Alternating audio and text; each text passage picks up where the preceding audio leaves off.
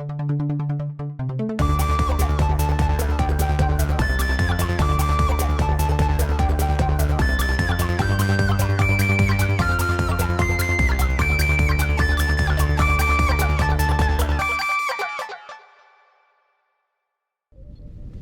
Page.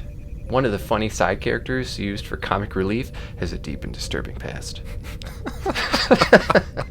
A telepathic species called the Cairn is coming aboard the Enterprise, and Lwaxana is helping facilitate communication. Picard is stuck in a conversation with Lwaxana, who is explaining the intricacies of Cairn communication, and he manages to slip away, and Lwaxana moves to Geordi and Data. Kirsten Dunst is demonstrating to Geordi that she has a device that enables her as a Cairn to speak vocally. Kirsten Dunst is, of course, known for appearing in the film Spider-Man 3. That's the only thing you're going to point out? Yeah. As a child actor, I recognized her from Interview with the Vampire and Jumanji, and most recently I saw her in The Power of the Dog. What the hell is that? I talked about it in one of the What We Watched. I'm glad you paid attention. Always f***ing eating your oatmeal while I'm talking, because all your comments are like, that sounds interesting. Lwaxana states that Kirsten Dunst is her star pupil, but suddenly seems momentarily concerned and suffers from a headache before she sends her away. Lwaxana then talks to Worf and Riker, and we get some jokes about how their brains aren't advanced enough for the Cairn to communicate with them telepathically. They could only communicate with other telepaths. Troy enters, not in uniform for some reason. I noticed she wasn't in uniform for a lot of this episode. And she starts talking to Kirsten Dunst's father. What is it? Maquis. Maquis, and he mentions that Lwaxana told him of Troy's need of a husband, and he in turn is in need of a wife. That Lwaxana. There's no way she has a deep and dark secret in her past. We've seen the actor that plays Maquis, is that it? Yeah, Maquis. In the Unification episodes, he was that Romulan politician. Later, Troy complains to her mother about trying to set them up, and they enter the turbo lift and communicate half telepathically and half vocally, which weirds out this random crewman. Lwaxana suffers another headache, then she gets very emotional, saying if anything happened to Troy, she doesn't know what she would do. Troy goes to her counseling room and finds Maquis, who apologizes for earlier. He tells her that the Cairn communicate very directly and openly, and he says that communicating with Lwaxana is different because there is a part of her that is blocked off. Troy isn't sure what he's talking about, and he elaborates that she called it privacy. Which is an alien concept to them, but they wear clothes, so I would think they have at least some conception of it. Troy eats with Riker and tells him about her mother, when her mother suddenly busts in and yells at Riker. Why don't you leave her alone? If it weren't for you, she'd be married by now. That's enough. Now I am warning you. So in sickbay later, Beverly says Lwaxana's telepathy neurotransmitters are depleted from working with the Cairn, and she should avoid using telepathy. When she protests, Troy says they'll both do the communicating verbally. Troy takes Maquis and the other Cairn to the Arboretum, and she quotes a poem, showing that she has given no thought whatsoever on how to actually communicate with these aliens. And as she's struggling to communicate, Lwaxana steps in with her telepathy, much to Troy's frustration. Kirsten Dunst wanders away while Troy talks about some boring plants, and she falls into a space pond. She laughs it off, but Troy looks over to see that Lwaxana has collapsed. Because Troy's lecture was just that boring. They take her to sickbay again, where Beverly says that all of her brain seems to have shut down except for the telepathic part. Picard speculates that maybe telepathy with a Cairn has unexpected side effects, and says that he and Troy should talk with Maquis. Did I get it? Yeah. Alright. Maquis says that he tried to explain to Lwaxana that the bad thoughts in the dark place of her mind were harmful. He tries to say more, but he doesn't have the words, so he ends up trying to communicate with Troy telepathically, which is a clearly unpleasant experience for her. Troy explains to Beverly that what she perceived as privacy before was incorrect, and Maquis was referring to Lwaxana's metaconscious mind, which is a betazoid filtering section to protect them from psychic trauma. Beverly says she's never heard of that before, and she's the one treating Lwaxana for some kind of telepathy-related ailment. What a great doctor. And she spends the whole episode trying to find a physiological reason, despite people telling her from all sides it's not that. Troy decides to try to contact Lwaxana telepathically, and she hears her calling for help. Later that night, while they're both sleeping, Maquis sneaks into sickbay, and when Troy wakes up, he gives her a good old-fashioned 1950s brain alien stare.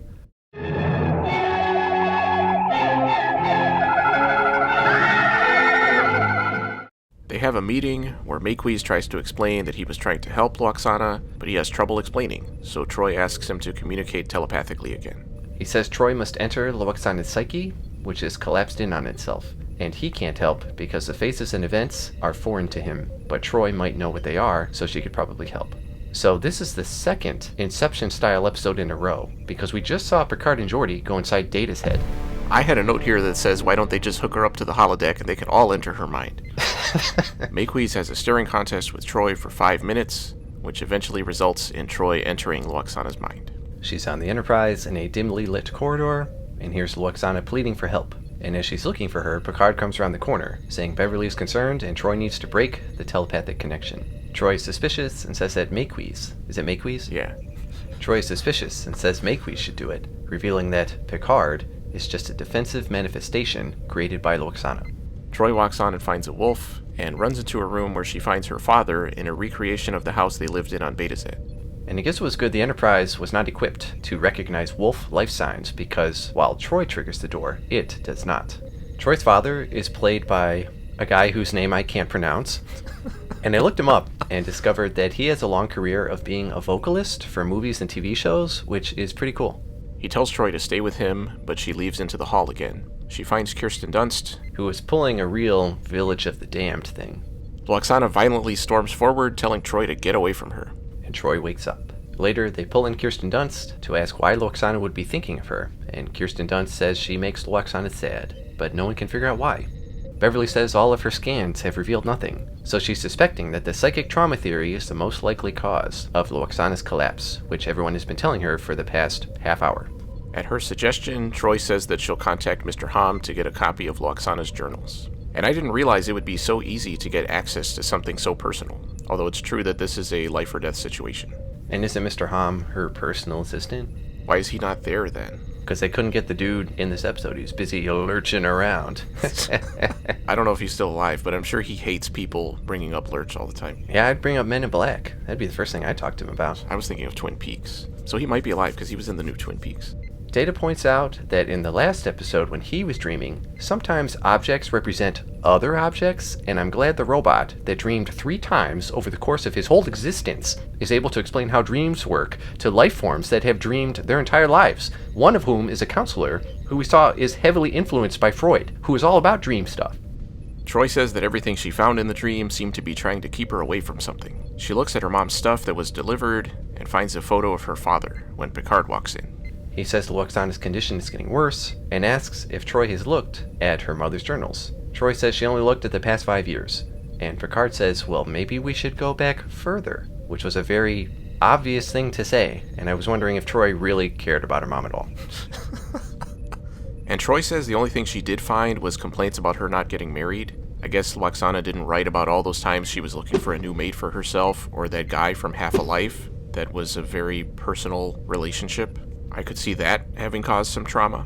They find a 7-year gap in Lwaxana's journals, which Troy can't explain, and Picard says the entries were there, but Lwaxana herself deleted them. And Troy says she's got to jack back in to find the answers.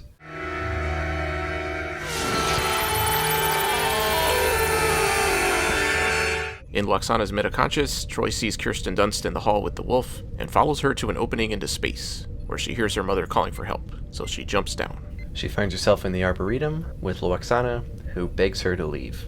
Troy asks if Lwaxana let something happen to someone, and they enter a flashback with Troy's father, a dog, a baby Troy, and Kirsten Dunst. But Lwaxana calls Kirsten Dunst Kestra. At Troy's urging, Lwaxana finally tells her that Kestra ran off with the dog when she wasn't watching, and presumably drowned in the lake. I don't think it's presumably. I think she drowned in a lake. I thought it was weird because they never said it.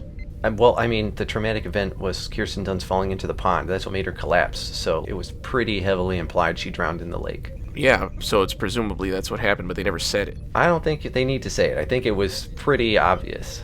But presumably they drowned in the lake. I mean, you could say a giant space hawk picked her up and ripped out her eyes. I mean, that's what I thought was going to happen, but I don't know. Troy tells Lwaxana that she has to forgive herself, and even though she feels responsible, it was a terrible accident. And she tells her mother that this is her chance to talk to Kestra, and Troy will help. The real Kestra seems to appear, and Lwaxana embraces her and says she's sorry, before Kestra says she has to leave. So Loxana is finally able to find some peace. Later, it's revealed that there is still one picture of Kestra that wasn't thrown away, and Troy asks Loxana to tell her everything about her sister. Because the events of this episode were not traumatic enough for her to go through already. Dark page. Overall? This was an episode with a pretty weighty subject and important background for Loxana, but it ended up feeling pretty forgettable, especially since the revelation about Troy's sister didn't come up until the very end, meaning that they didn't have much time to actually explore it. The subplot with Maquis and the Cairn was pretty much forgotten by the end, and of course all those ominous shots of him with ominous music playing turned out not to mean anything. At least the revelation of Troy having had a sister doesn't feel out of place for Loxana and her behavior in regards to Troy. This episode had a pretty simple idea that maybe should have focused more on the resolution instead of the build-up, because the build-up was mostly red herrings, and the resolution was the part that actually mattered. I didn't think it was bad, but it ended up feeling kind of empty. I gave it a C-. I disagree with some of the things you said. I went much higher than a C-. I gave this one an A-. Jeez. I thought the revelation being pushed all the way to the end made sense, since it matched Loxana's resistance to reveal Kestra's death. I felt like if they had pushed that too early, it would have taken away from the emotional weight. But I felt like they didn't give it a chance to really impact the characters in terms of what we saw in the episode. It was just that last, 5 minutes. Yeah, but those last 5 minutes seemed very impactful. I guess it was more for me just that that's not what the episode was about up to that point, and it was such a sudden kind of shift into a specific background element for the characters that we didn't even know about before. The way they presented the episode up to that point, I thought it was going to turn out that Maquis was, some kind of villain or whatever, and that he was going to kidnap Kirsten Dunst and Tobey Maguire was going to have to rescue her.